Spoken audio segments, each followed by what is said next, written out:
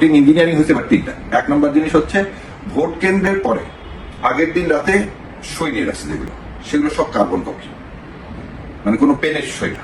Second হচ্ছে যেগুলোতে ঘষা মাথা করছে সেগুলোতেই দেখা গেছে পুলিং এজেন্টের কোনো সিগনেচার নাই। থার্ড যে প্যাটার্নটা দেখা গেছে সেটা হচ্ছে যে ভুয়া ফলাফল শীট, যে ফলাফল শীট নির্বাচন কমিশন প্রোভাইড করছে সেটা না করে ওখানকার তৈরি ভুয়া ফলাফল শীট তৈরি করা হয়েছে। আর 4 নাম্বারটা হচ্ছে যেগুলো পোস্টাল ভোট আসে সেই পোস্টাল ভোটগুলোকে বেশিরভাগ ক্ষেত্রে কাউন্ট করা হয়নি, সেগুলোকে বাতিল দেখানো হয়েছে। এবং আরো একটা সারপ্রাইজিং এগুলো আমরা দেখলাম যে আমার পোলিং এজেন্ট বলছে যে আপনি 100টা বান্ডিল করে করে করা হয়, 100টা বান্ডিল এর উপর লেখা আছে ধানের শীষ, বলছে না ওটা ধানের শীষ না, ওটা দাঁড়িপাল্লা।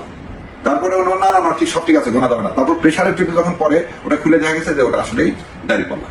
সো এই 4-5টা ধরনের এই সমস্তগুলো আমি যতগুলো দেখছি 30-35টা, এই 30-35টা সব হচ্ছে এই 5টা ফ্রেমের মধ্যেই করা হয়েছে। মানে সবকিছুই করা হচ্ছে ভোটের পরে, মানে 4টার পর থেকে মেকানিজমটা ইউজ করা হয়েছে কিভাবে একটা দলকে সংখ্যাগরিষ্ঠতা দেওয়া যায়।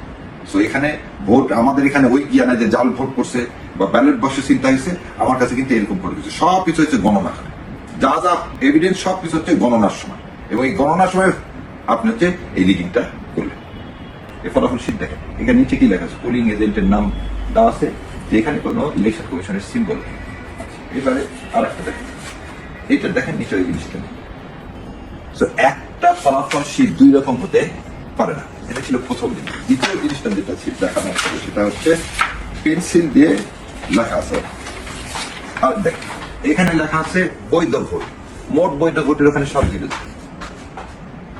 মোট বৈধ ভোটের এখানে সব জিরো।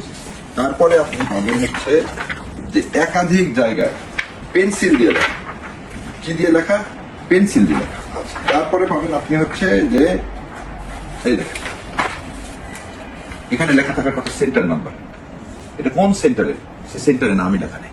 এবং এই লেখাটা থাকার কথা হচ্ছে এরকম প্রিন্টেড, কিন্তু যেমন দেখা যাচ্ছে একটা দেখেন এখানে লেখা আছে কি অক্সফোর্ড স্কুল লেখা আছে।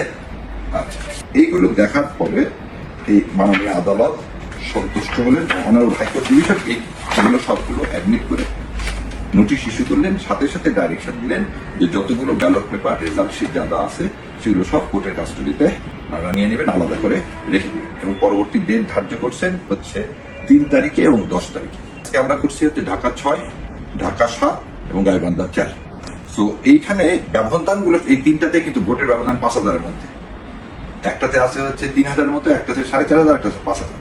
এবং এই 5,000 ভোটের আরো একটা কাগজ 4টার পরে যত পোস্টাল ভোট আসছে সেই পোস্টাল ভোট একটা তারা কাউন্ট করে।